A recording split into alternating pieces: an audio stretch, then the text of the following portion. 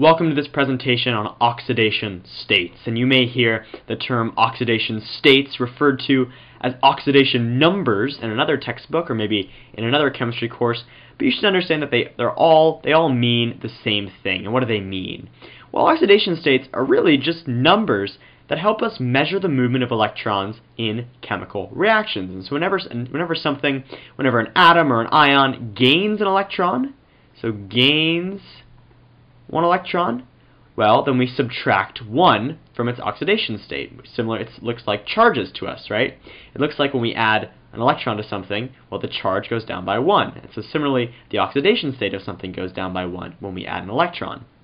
Similarly, when we lose an electron, when an atom loses an electron, we add 1 to its oxidation state. So again, we're just measuring the movement, seeing where electrons reside within chemical compounds, and seeing how the location of electrons changes throughout chemical reactions. That's really the purpose of oxidation states. As we look at how we assign oxidation states in a little more detail, we're going to use these 3 examples just to illustrate the basic process of assigning oxidation states or oxidation numbers. And so what I'm going to do, I'm just going to write the oxidation states for you for these 3 compounds, and then we can discuss why I chose the numbers I did. So let me just change colors, and we will dive right in. So first of all, trusty sodium chloride, NaCl, our common table salt. And NaCl, sodium has an oxidation state of +1, chloride an oxidation state of -1.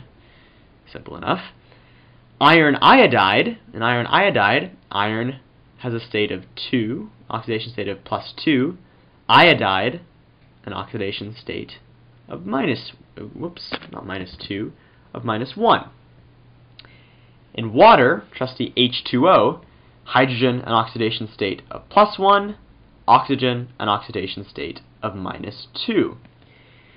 Now maybe the first thing you notice is that all of these oxidation states for each of these compounds adds to 0. It adds to the charge on each compound, each molecule, each formula unit, which happens to be 0 for these 3. And that makes sense because we're kind of talking about charges with oxidation states, and since all 3 molecules or formula units here are neutral, well, their oxidation states should really sum to 0. That kind of makes sense. You might also be asking, well, James, why the heck are you inventing this new term, this oxidation state concept, just really to assign charges to compounds? Because all you've done here, sodium just has a charge of +1 in sodium chloride. Chloride just has a charge of -1. You've just rewritten the charges. And that's because both of these compounds are ionic. Lead 2 iodide is also ionic. And for ionic compounds, the oxidation state is just equal to the charge on that ion. And that sort of makes sense because with oxidation states, we're just looking at where electrons hang out, where they spend most of their time. And in ionic compounds, well, the shared electron, the electron which sodium and chloride share, is always near sodium or near chloride, because the sodium donates that electron to form the ionic compound. Similarly, in iron 2 iodide, iron donates 2 electrons to iodide to form that ionic bond. Things get a little more complicated when we talk about covalent compounds, because you're telling me, James, covalent compounds do not have charges. Hydrogen certainly does not have a charge of +1 in water. Oxygen does not have a charge of -2. Well, the definition of oxidation states with respect to covalent compounds amounts to something like the imaginary charges based on the relative location of electrons and partial charges. Remember, whenever we talk about electrons, we're looking at shared electrons. So where do the shared electrons reside within a covalent compound? And we're going to look at covalent compounds in a little more detail with the help of carbon dioxide. We're going to move away from water and look at carbon dioxide. For carbon dioxide, I'm going to tell you that carbon has an oxidation state of +4, and oxygen has an oxidation state of -2. Again, you'll notice that there are 2 oxygens here. -2 times 2 is -4, +4 is 0, so the oxidation states sum to 0. And that makes sense because carbon dioxide does not have a charge. So we're going to look at one molecule of carbon dioxide to help us explain how we assign oxidation states to covalent compounds. And if you look at the way I've drawn this molecule here, obviously carbon being in the center and 2 oxygens being on the outsides of the molecule, you'll see the shared electrons, because of course there's a double bond between each oxygen and each carbon, so there are 2 electrons shared. The shared electrons look to be a little bit closer to oxygen than they are to carbon. And that's because we know that oxygen, whenever really it's in compounds, it likes to hog electrons.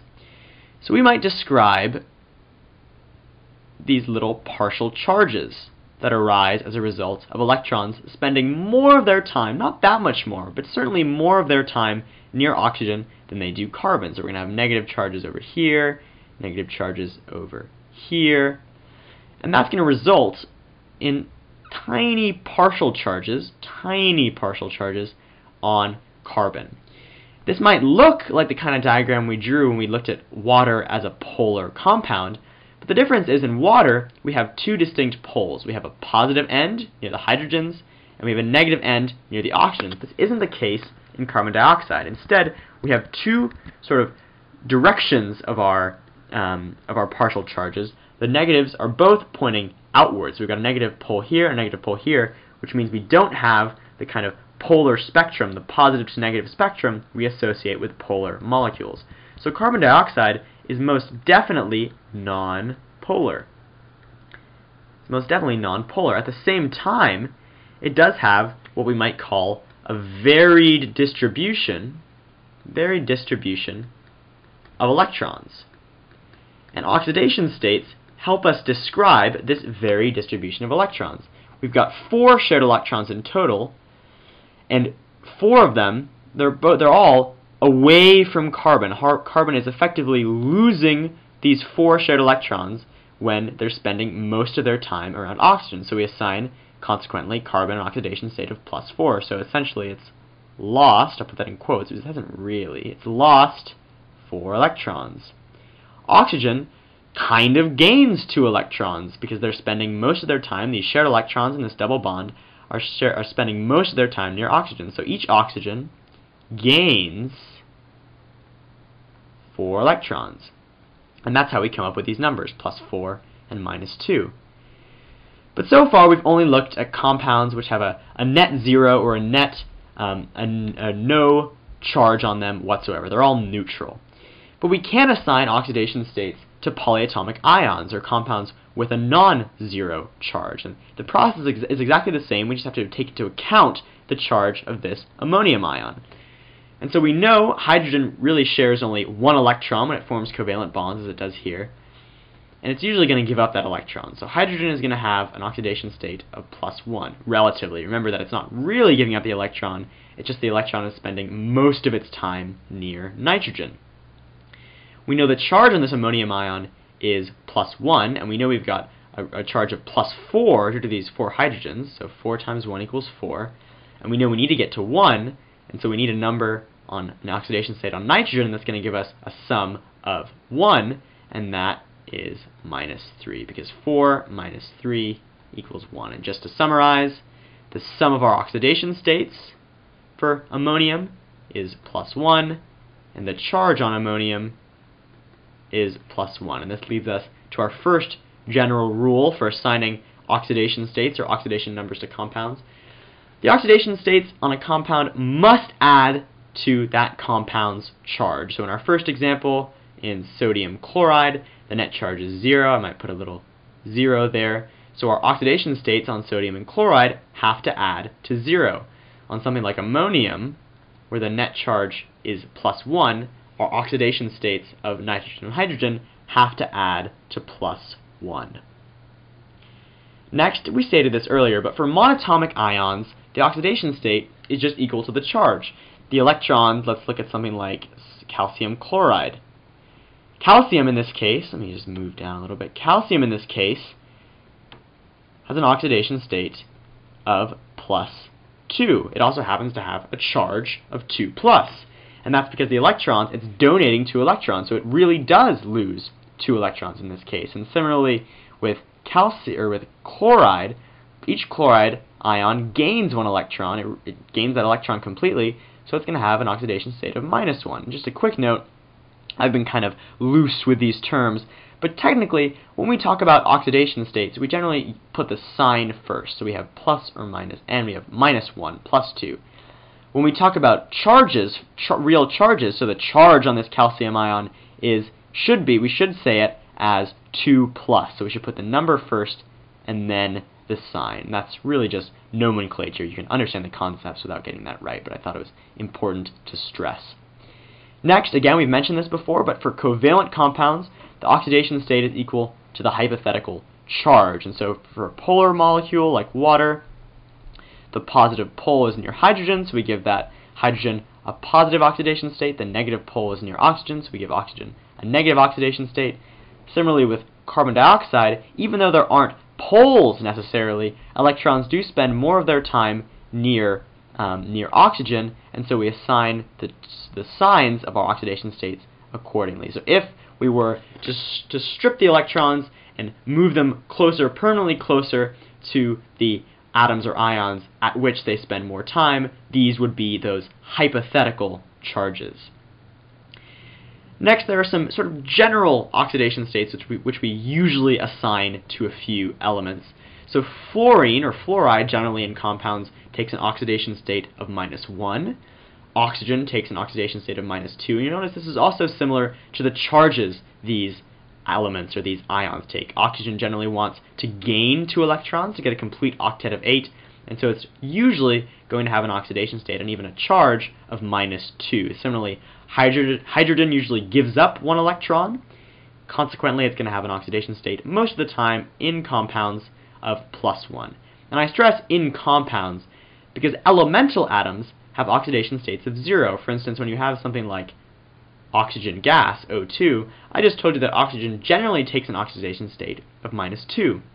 But in a molecule of oxygen gas, the electrons are shared in a truly equal fashion. There's really no reason why one oxygen atom should have more electrons, or the electrons should spend more time near one oxygen atom. They're exactly the same, and so they're divided exactly equally, which means they both have oxidation states of 0.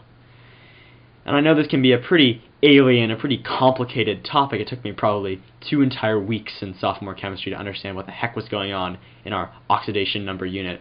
So here are a few examples for you to try. So just write the oxidation states for these following 3 compounds, press pause, answer them, and we can go over the answers when you get back. Alrighty, welcome back.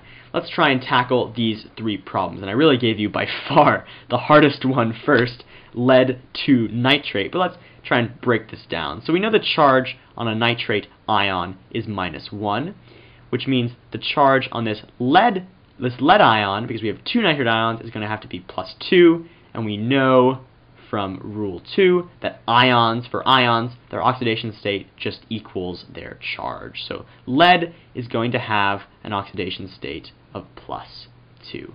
Now nitrate as a polyatomic ion is a little trickier, so let's get back and look at it independently. So we know it has a charge of 1-. I should have written 1- there, not -1. 1-. So we know its oxidation states have to add to -1. I just told you up here, oxygen generally takes an oxidation state of -2. It's no different here. So oxygen is -2. We have 3 oxygens for a total of -6, and we have to get back to -1 because of the charge on this nitrate ion. So we're going to give nitrogen an oxidation state of +5. So let me clean this up. Just erase that little charge there. We're going to give nitrogen an oxidation state of +5 and oxygen an oxidation state of -2. A few easier ones for you now. This is really easy. This is just hydrogen gas, and our last rule was that elemental atoms have oxidation states of 0. There's no reason why the electrons in this molecule of hydrogen gas should spend more time near one hydrogen than the other. So this molecule has an oxidation state of 0. Each hydrogen has an oxidation state of 0. Nitrogen dioxide, oxygen nearly always takes an oxidation state of -2. We have 2 oxygens. 2 times -2 is -4. We have to get back to 0 because the charge on this nitrogen dioxide molecule is 0. so we assign nitrogen an oxidation state of +4. So I hope this was helpful, and I look forward to seeing you in the next video.